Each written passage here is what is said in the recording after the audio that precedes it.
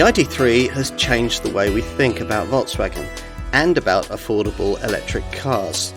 But there's been quite a bit for the brand to iron out since this model first arrived on our market in 2020. This updated version is smarter, has a more upmarket cabin, better media connectivity and charges faster. Time to give this EV a second look. There are no real engineering changes to this updated ID.3, but if you haven't tried this Volkswagen or one of its close VW Group cousins before, there'll still be a bit to get used to. The drive experience not only dispenses with a key and a handbrake, but also a gear stick. There's just this rotary selector on the right side of the little instrument binnacle. And if you're still not familiar with EVs, you'll also have to adjust to the sound of silence, as the fixed ratio transmission blends an almost endless wave of torque into meaningful and surprisingly rapid forward progress. The drivetrain stuff you initially need to know is now based around a much simpler choice between just two models, or at least it was at the launch of this facelifted version. You can expect the exact EV recipe that applied at the time of this test in autumn 2023 to evolve a bit as Volkswagen continues to tinker with range and drivetrain combinations. But as we filmed, both available ID.3 variants use the same 204 PS electric motor, powered by a choice of two batteries. The base 58 kWh Pro version we're trying here goes up to 266 miles between charges, while the alternative 77 kWh Pro S version extends that range up to 347 miles, a figure that's difficult to better in the class. Like the original Beetle, the ID.3 is rear-driven, which makes it superbly manoeuvrable in town and gives it a London taxi-like 10.2 metre turning circle.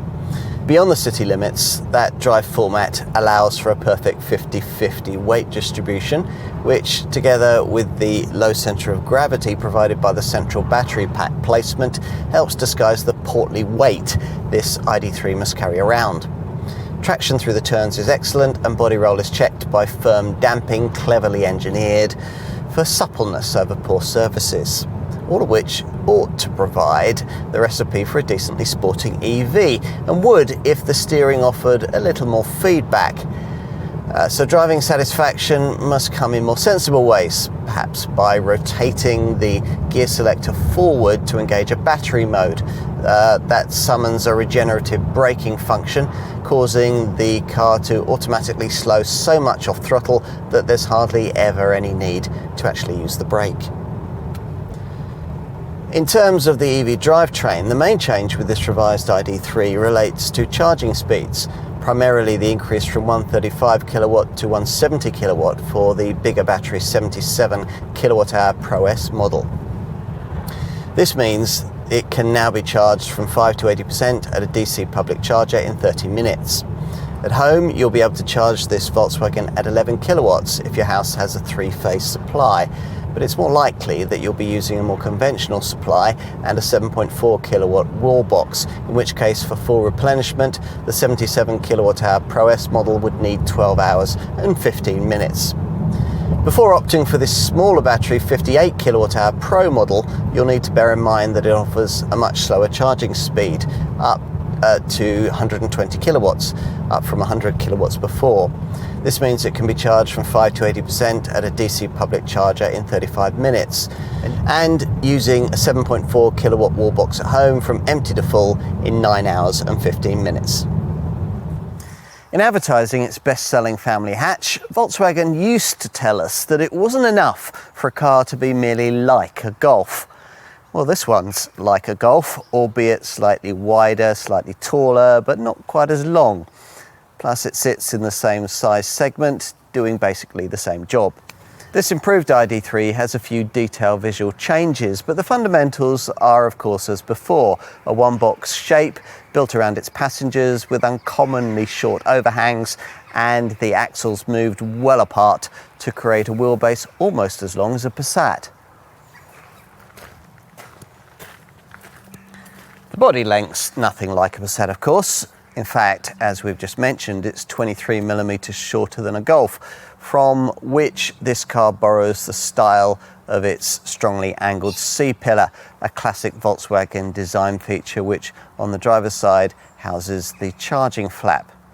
This profile perspective is pretty much unchanged, with its softly modelled side section that curves under the rising shoulder line of quite a sporty silhouette, featuring a low glass house with an upper frame in matte silver.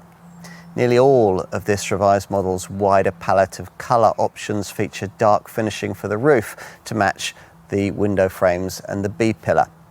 The wheel designs are now different, though they still vary in size between 18 and 20 inches. We've got 19-inch Wellington rims here. But as before, what's really important is what you can't see. All the key drive stuff sits over the rear axle, principally the single-speed gearbox and the permanent magnet synchronous electric motor that's been mated to it, which is powered by a high-voltage battery that's been efficiently arranged in the underbody to save space. As for those exterior changes, well, they're mostly here at the front, where the updates are subtle but quite effective, though you're unlikely to notice them unless you're a Volkswagen salesperson or happen to own the original version of this car. As before, there's a swept back windscreen, raked to better accommodate the head-up display system, but the bonnet it flows into has been redesigned around a completely new pressing that does away with the previous black panel below the windscreen to give the car a more elongated appearance and a sleeker drag coefficient. This reprofiled front bumper with its vertical air ducts is different too, and this air intake below has an electrically actuated radiator blind that opens only when the power units need cooling. The LED headlights are unchanged, as is this illuminated strip either side of the central brand logo, lighting only included if you pay extra for the optional exterior pack. Move to the rear, and an ID.3 expert would note that these two-part red illuminated LED tail lamps are different too, though as before their brake light illuminates in a distinctive X shape. Add in that optional exterior pack and the part of the light cluster on the boot lid also gets illuminated, plus you get scrolling indicators. Otherwise, things are much as before, which sees this EV 660mm taller than a Golf, thanks to the need for battery installation in the thicker floor. Lower down are corner reflectors and pronounced contours, untroubled of course by tailpipes, round things off at the bottom. Under it all sits the car's sophisticated MEB platform, development of which took the lion's share of the £54 billion that the Volkswagen Group spent in developing its new era EV technology. Enough with the outside. What will the car Volkswagen describes as your personal companion be like to live within the cabin? Well, there are plenty of things you'll need to adjust to. There's no need for a gear lever, an ignition slot or a handbrake, and there's also no need for the central transmission tunnel you'd have to have in a combustion model, though you don't initially notice that because Volkswagen's decided to fill the space instead with a protruding console between the seats, which for some reason doesn't quite extend as far as the centre stack. You sit quite high on top of all those batteries, and if one of the exterior pack options boxes is ticked, we'll be informed by a wide narrow light strip below the windscreen, the ID light, which initially will indicate the car's readiness to drive. With this revised model, cabin trimming quality has taken a big step forward, with soft foam back surfaces replacing a lot of the previous brittle hard plastics. The dash gains a stitched synthetic leather covering, which you'll also find on the 3-spoke steering wheel. The doors, meanwhile, gain more generous handrests and have been remodelled with wider surfaced soft-stitched trim. Volkswagen's also put in quite a lot of work on the menu structures, resolution and response times of this central infotainment screen, which we were told at the time of this test would be expanded to 12.9 inches in size for the 2024 model year. Unfortunately, the fiddly temperature and volume sliders beneath the monitor remain, and it remains overburdened with climate functions. Instrumentation is still taken care of by a little 5.3-inch screen behind the steering wheel, but that can now be added to with an optional augmented reality head-up display. Right, Time to take a look out back. Once inside, there's a lot more space than the compact outward dimensions might suggest. It's a wider cabin than that of a Golf, and with no central transmission tunnel to obstruct things, 3 adults could fit into the back of this car remarkably easily for a compact hatch measuring just 4,261 millimeters in length. That's provided the adults in question don't have particularly long legs. There's not a lot of knee room going spare. Let's finish with a look at the boot, which at 385 litres is 5 litres more than you get in a Golf, despite the presence of an electric motor down under the floor here. So it's disappointing that you have to pay extra for this adjustable height boot floor.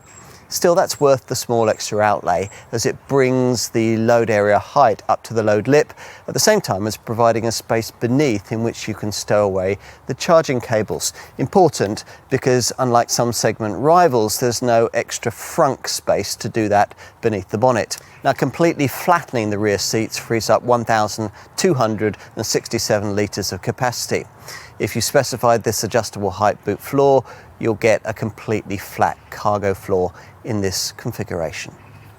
You may have already decided that an electric family hatch is for you, but even if you haven't, this is one that you need to consider. You'll like the clever packaging, the quick performance, the sharp maneuverability and the cutting edge cabin tech. You might even really like the quietly futuristic styling. The Volkswagen brand really has been able to deliver a family-sized EV that can claim to be directly comparable to combustion-engined alternatives. If it's the ID.3 that appeals, though, you could find yourself liking this smarter-looking, updated version much better than you might have done before. As previously, this really does feel like an authentic Volkswagen with a rear-driven format that even has a few Beetle throwbacks. In half a century's time, there's just a chance that the ID.3 will command a place in automotive history alongside that seminal VW model. In the meantime, though, the ID.3 has to sell well, and in this form, there's a much better chance of it doing just that.